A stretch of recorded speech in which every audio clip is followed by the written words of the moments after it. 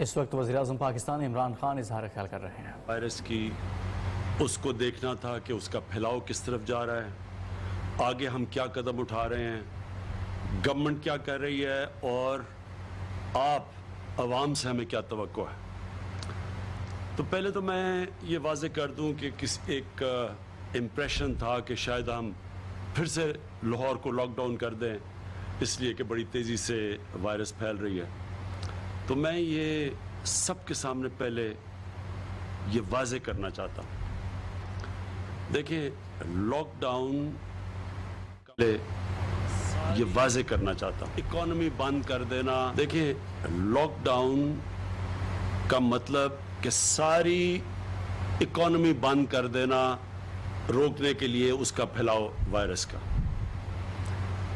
میں آپ کو میرے شروع سے تاثرات اس کے اوپر پتہ ہیں کہ میں یہ ہمیشہ سمجھتا تھا کہ اگر ہمارا ملک ایک چھوٹا سا سنگاپور جیسا ملک ہوتا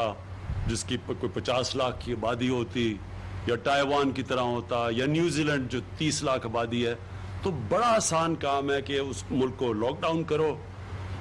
امیر ملک ہیں یہ، ان کی 50 ہزار ڈالر پر کیپٹا انکم ہے، آپ ان کو بند کر دیں، کوئی زیادہ مسئلہ نہیں ہے کہ چھوٹی سی آبادی کو بند کر کے، اور پھر گھر بھی بڑے بڑے ہیں، سوشل ڈسٹنسنگ کا بھی کوئی مسئلہ نہیں ہے،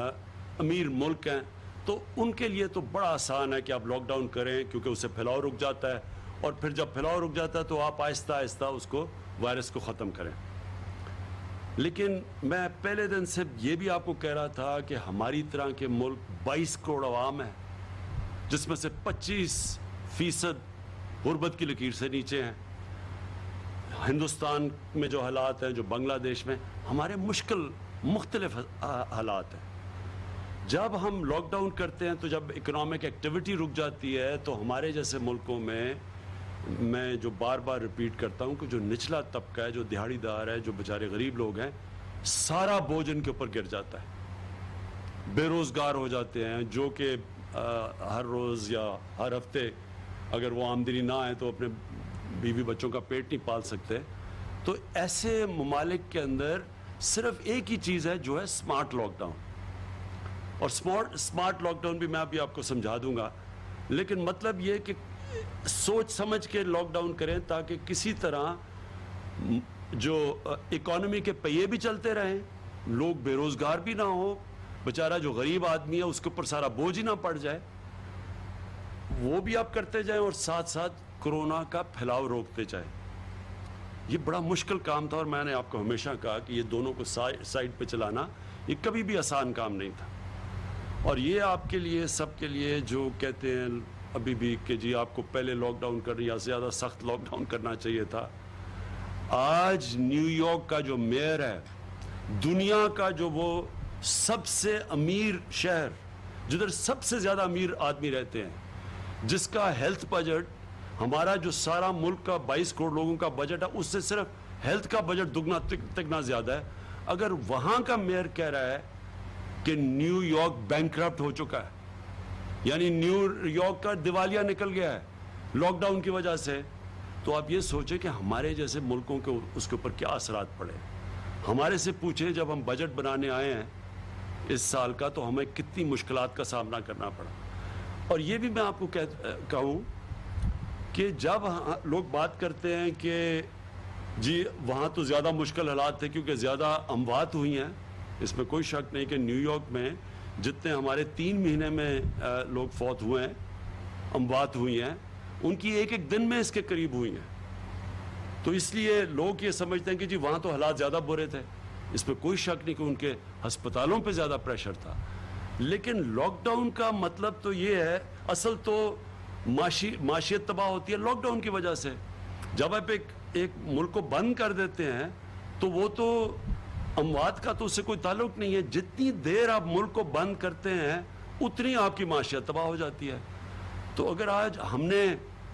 ہم نے پاکستان کو تقریباً اتنی دیر لاک ڈاؤن، 13 مارچ کو ہم نے لاک ڈاؤن کیا تھا، تو ہمارا لاک ڈاؤن اتنی دیر ہے جتنا نیو یارک کا ہے۔ تو اگر نیو یارک کا دیوالیہ نکل گیا تو سوچیں کہ پاکستان جیسا ملک، ہمارے اوپر کتنا یہ مشکل حالات آئے ہیں۔ تو بجٹ بنانے میں کیوں مشکل آئی؟ کیونکہ ہماری ساری آمدنی نیچے چلی گئی.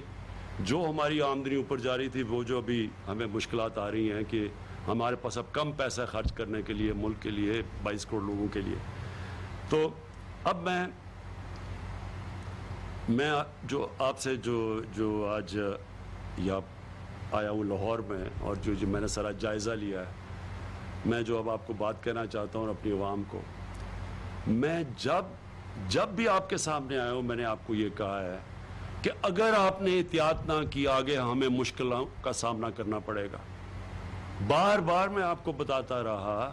کہ ایس او پیز کا مطلب احتیاط کرنا. اگر ہم احتیاط نہیں کریں گے, ہمیں پتہ ہے کہ یہ وائرس جب لوگ جمع ہوں گے یہ پھیلے گی تیزی سے, تو یا لوگوں کو بند کر دیں اور ملک کو بٹھا دیں اور اپنے غریب لوگوں کو کچل دیں, اور یا پھر ملک کو چلائیں, لیکن آپ ذمہ داری لیں, عوام ذمہ داری لے کہ اگر ہم ایس او پیز پہ یعنی یہ جو ہم نے آپ کے لیے بتایا ہوا ہے شرائط کہ آپ جو بھی ایکٹیویٹی کریں ایک ایس او پیز کے مطابق, کن شرائط کے مطابق کریں, اگر آپ ایس او پیز پہ نہیں چلیں گے, احتیاط نہیں کریں گے, تو آخر میں اس ملک کو بہت بڑا نقصان اٹھانا پڑے گا. ہمارے پاس کبھی بھی وہ ہسپتال کی فیسلٹیز نہیں تھیں کہ اگر زیادہ لوگ ایک دم بیمار ہونا شروع ہو جائیں, تو ہمارے پاس تو کبھی بھی وہ فیسلٹیز نہیں تھی.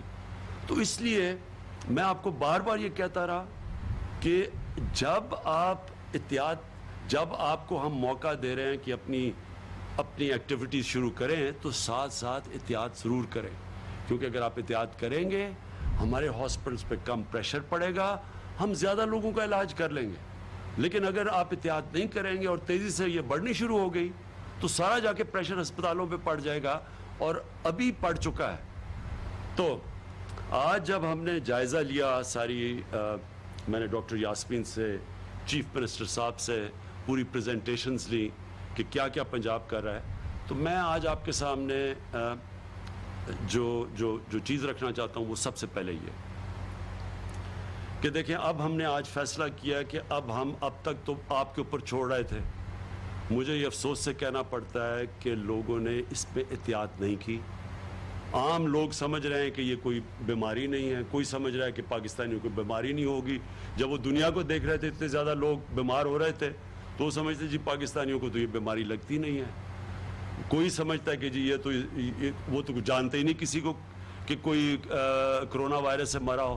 تو اس لیے ایک بہت بڑا ہمارے لیے مسئلہ بنا ہوا ہے کہ جب تک لوگ اس کی احتیاط نہیں کریں گے اور یہ سمجھیں گے نہیں کہ اگر یہ زیادہ تیزی سے پھیلے گی, تو ہم اپنے بوڑھوں کو, اپنے بزرگوں کو اور اپنے بیمار لوگوں کو,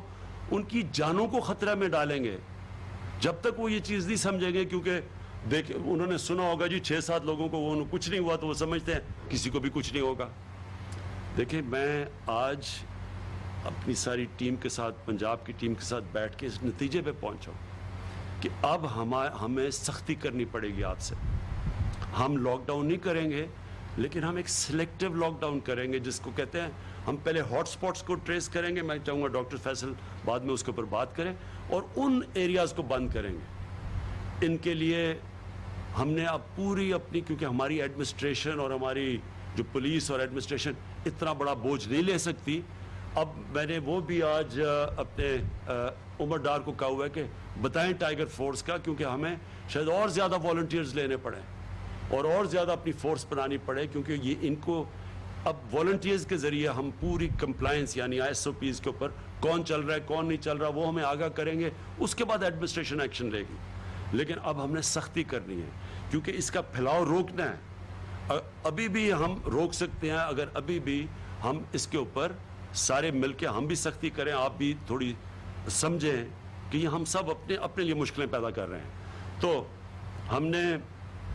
فیصلہ کیا اس چیز کا کہ ایس او پیز کے اوپر ہم اب پوری طرح ایک ایڈمنسٹریشن اور ہمارے والنٹیئر سب مل کے پورا زور لگائیں گے. جو سب سے پہلی چیز ایس او پیز کی ہے وہ یہ ہے ماسک. ساری جگہ اب سے کہیں پبلک پلیس میں ہم نے کسی کو ماسک کے بغیر نہیں جانے دینا. یہ ہماری ایڈمنسٹریشن کو بھی حکم ہوگا, ہمارے جو ٹائیگر فورس ہے ان کو بھی وہ رپورٹ کریں گے, وہ بھی آپ کو بتائیں گے کہ یہ کیا طریقہ ہے کہ ہم اپنی اب ٹائیگر فورس کو کیسے ایکٹیویٹ کریں گے. وہ ہاشم بھی اس کے اوپر بات کریں گے, اور پھر